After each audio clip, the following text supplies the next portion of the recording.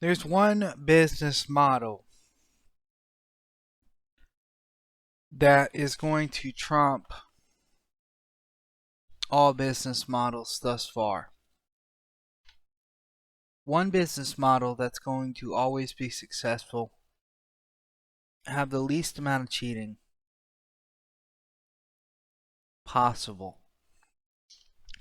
And this is not an intentional rebuttal. I agree with the non-aggression principle. I'm against the state. I am not a anarcho-communist either. There are times where I thought, hey man, I'll build a house with you, and then you help me build a house, and I know how to build a fucking house. I know carpentry, I know electric, I know plumbing, etc.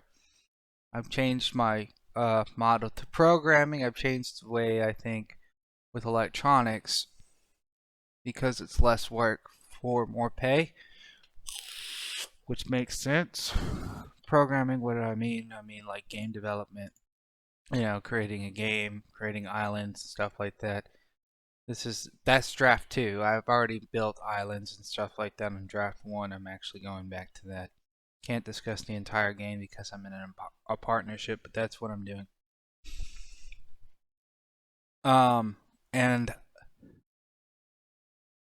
the violation of UPB is gonna be indefinite, and I don't know how to get around this violation. Because I just found a violation of UPV that is nearly impossible for even the most moral person to get around. And you, Stefan, might be listening to this. You might say, well, no way, or you might chuckle at me or whatever. I'm being kind of serious here. I'm being kind of serious.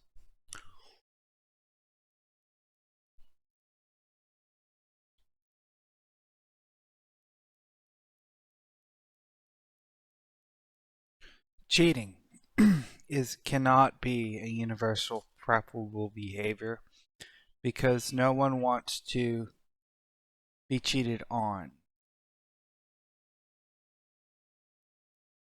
No one wants to be cheated. And the business model currently for most companies, not for all companies, requires that the worker makes more than they are paid. That is fundamental in the fact that they are, even if it's voluntary, being cheated. And this does not mean that involuntary cheating is not bad. In fact, it is much worse. The state is much worse than the voluntary cheating that occurs in companies. I just understand why people feel cheated is because they actually are cheated. Violence is not the answer. If your girlfriend cheats on you, what do? You don't fucking punch her. You don't punch the guy. You leave her. You leave her. And you have to, and even if it takes you a long, long time, because that's what you got to do to survive. Natural state of survival is what? You have to work in order to live. This is the case before capitalism. This is the case before the Renaissance. This is the case in the beginning of the human existence, and this will probably be the case in the future of humanity. Is you have to provide some kind of value and some kind of effort. I mean, fuck, even if you don't wake up and get out of bed over a certain amount of time, your body will collapse because you have not built the muscle necessary in order to walk. You will stop breathing. You will die. You have to work to live. That is Nature. That is something that you cannot contend with, is something that you cannot argue with. So,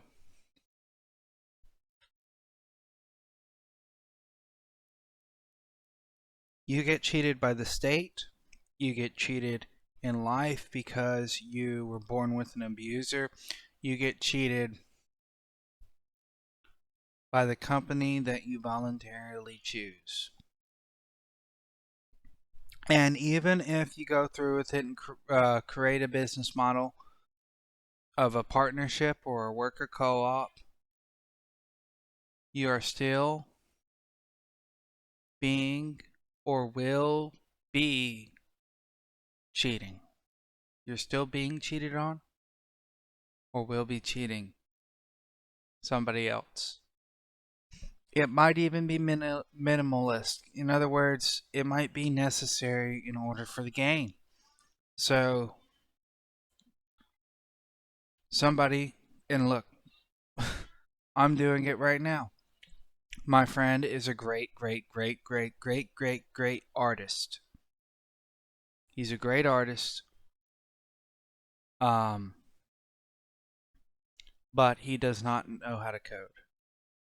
I know how to code, and I feel like I'm cheating him because he's creating a lot of the work. So I offered to help him with the art. I offered to help him with the environment. I offered to, but every time I get into coding, I can always turn anything I make into something reproducible, whereas all his art has to be completely unique. Yet the partnership is 50-50. Partnership is 50-50. And that's going to be the nature of every partnership and every worker co-op. Somebody's going to be doing a shit ton of work. The issue is I'm not easily replaceable. He's not easily replaceable. And so in a worker co-op, you have just the right amount of employees who are not replaceable. You don't want extra employees because that adds to your cut. It adds to your cut. So the problem with the worker co-op, and this is the issue with the worker co-op, it might solve cheating. It might actually solve a lot of cheating that goes on, because if I was hired by another company, I'd get cheated far more than being in a partnership. But here is the end result of that.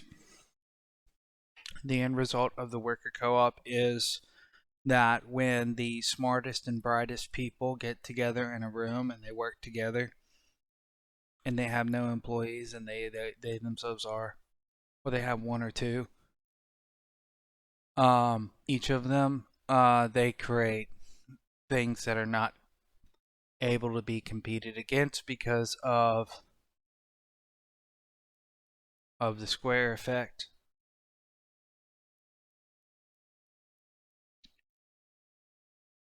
You There's no competition. In other words, even if there's competition, those groups are in hundreds, not in thousands, or in cases of these big ass companies, millions. They're in hundreds. Hundreds at a time, hundreds, and as a whole, thousands, not ever even touching tens, maybe millions.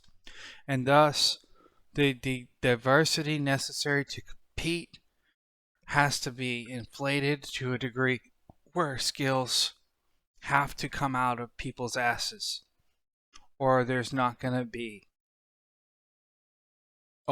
enough jobs. There's not going to be enough jobs if everybody took on the model that I'm suggesting. Less cheating, but if everybody took on the model I'm suggesting, there would not be enough jobs. Ultimately, there would not be enough jobs. And so I say it sadly that it's probably not a model suited for all kinds of business, but to be honest, morally, it is a model where there is far less cheating. Morally. Unfortunately, that leads to